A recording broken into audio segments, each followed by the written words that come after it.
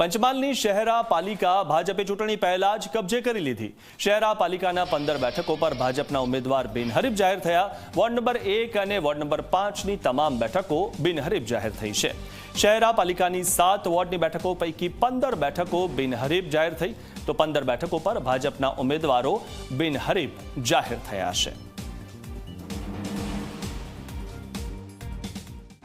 આજરોજ શહેરા પ્રાંત કચેરી ખાતે નગરપાલિકાના જે ઉમેદવારો તેમની ચકાસણીનો એક કાર્યક્રમ હતો અને એના સંદર્ભમાં આજરોજ શહેરા નગરપાલિકા 15 સીટો ભારતીય જનતા પાર્ટી જીતી અને નગરપાલિકા પર સતત જ્યારથી બની ત્યારથી આજ દિવસ સુધીનો કબજો જાળવી રાખ્યો છે।